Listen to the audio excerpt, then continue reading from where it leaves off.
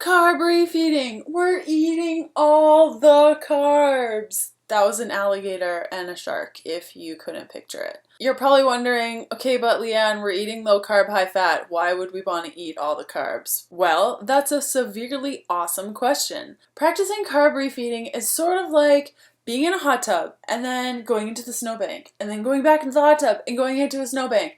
You're shocking your body. So if you have hit a plateau with your weight, or you're interested in cellular regeneration, or maybe the reason that you got into this whole high fat thing was to balance out your hormones, which is this girl right here. A lot of it has to do with a psychological thing. If you have a date planned with friends and you're going to like a pizza place and they have gluten-free crust and you really want to just be buddy-buddy with your friends around the table with some gluten-free pizza, then is a great opportunity to plan a carb up and just go out with friends and be social and enjoy life. Another piece of it is hormonal. So if we're always doing the same thing every day, our bodies maintain a steady stream. But if we're jumping up and doing something different, it rocks our bodies a little bit and they never really know what's happening next. And this can be a really good thing for our hormones as well as our weight. And one last reason why you may want to try carb refeeding is that if you're timing your carbs in the right way, you're actually helping your muscles grow.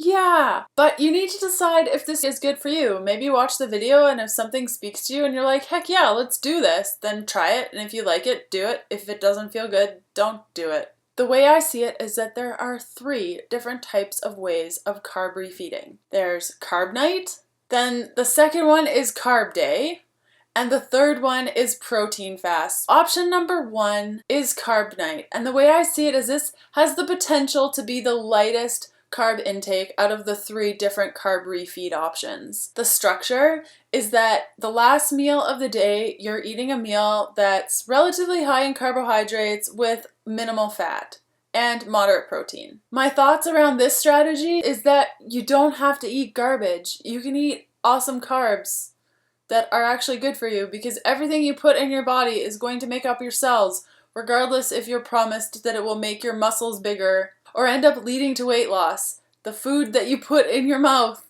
and goes into your body is going to make up your body. The thing I like about Carb Nite is that it really doesn't give you the opportunity to go crazy like the other options. You eat one meal and you get on with life, aka you go to bed and then the next morning you wake up and you eat high fat, low carb all over again. This strategy is outlined in one of my favorite books, Fat Burning for Women. I've included a link below, and I've also created a video all about it so you can see whether or not this program will work for you. I've included a link right here. And also carb backloading. You're eating carbs a lot more, like every time you work out.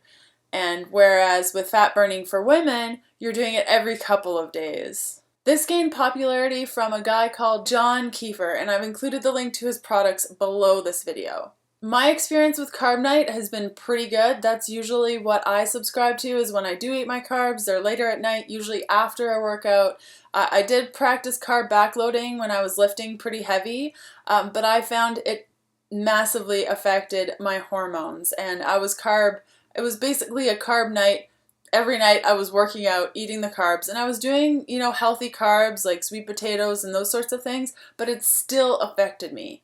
And the thing about doing more than one carb night in a row is that you feel like garbage all the time. You're kind of in this middle space where you're not really running on glucose and you're not really running on fat as energy. You're kind of like in the middle. So for myself, I felt like garbage all the time. Every morning I woke up, I had no energy. It just wasn't a good situation for me. So the takeaway here is Carb Nite, awesome. Carb backloading, you kind of have to gauge it for yourself and see if it works. Option number 2 is Carb Day. This option has the potential to have the highest amount of carb intake out of the 3 options of carb refeeds. Basically, the structure is that you eat carbs all day. Carbs for breakfast, carbs for lunch, carbs for dinner, and then the next day you eat high fat, low carb all over again. My thoughts on this? Again, you don't have to eat garbage. I'm talking like healthy carbs, like sweet potatoes, maybe some white potatoes, maybe some white rice. If you think that, oh my gosh, Leanne just said white rice, what do you mean it's healthy? Go to the Google, type in, is white rice healthy, or white rice paleo, and you'll find some details about that. For myself, when I was practicing Carb Day, I found it better to start the day with a moderate protein, high fat breakfast, and then at lunch and dinner I would have carbs. I found that a whole day of carbs was just a recipe for disaster and an invitation to just eat all the things. So the takeaway with option number 2 is that if you have a really solid relationship with food and you're totally chill with eating carbs all day and then going back to low carb, high fat, awesome. Try it. If giving yourself permission to eat carbs all day opens the floodgates of, and then I'm gonna have Oreos, and then I'm gonna have cinnamon buns, and then maybe I'll have some carrots, and then I'll have some parsnip chips, and we can go for ice cream. Maybe look at option number 1, or the option I'm about to describe, option number 3. And this is protein fasting, which gained popularity from Dave Asprey in the book, The Bulletproof Diet, which I've included links below.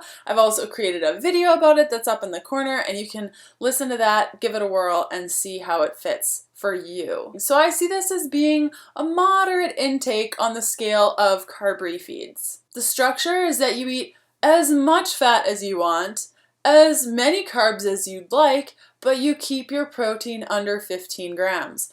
And while this sounds easy, it's really not. There's a lot of protein in vegetables and practically everything else. So you really have to track to make sure that you're actually staying under this 15-gram allotment. My thoughts around this is that I'm not too sure about the combination of fats with carbohydrates all day long is a recipe for success or a recipe for disaster, because the carbs are hitting your bloodstream pretty quickly, the fats are taking a little bit longer, so I'm not really sure if it can affect your body in a negative way. What I do like about it is that you really kill 2 birds with 1 stone. You get to do a little carb up, replenish your stores, as well as get in some autophagy, and you're probably like, what the heck is that? It's just cellular regeneration where your cells have the ability to like push out the nasty stuff and get in some new awesome stuff. Those are the 3 options, and whatever avenue you choose to do, you may want to wait until you're fat adapted to do this.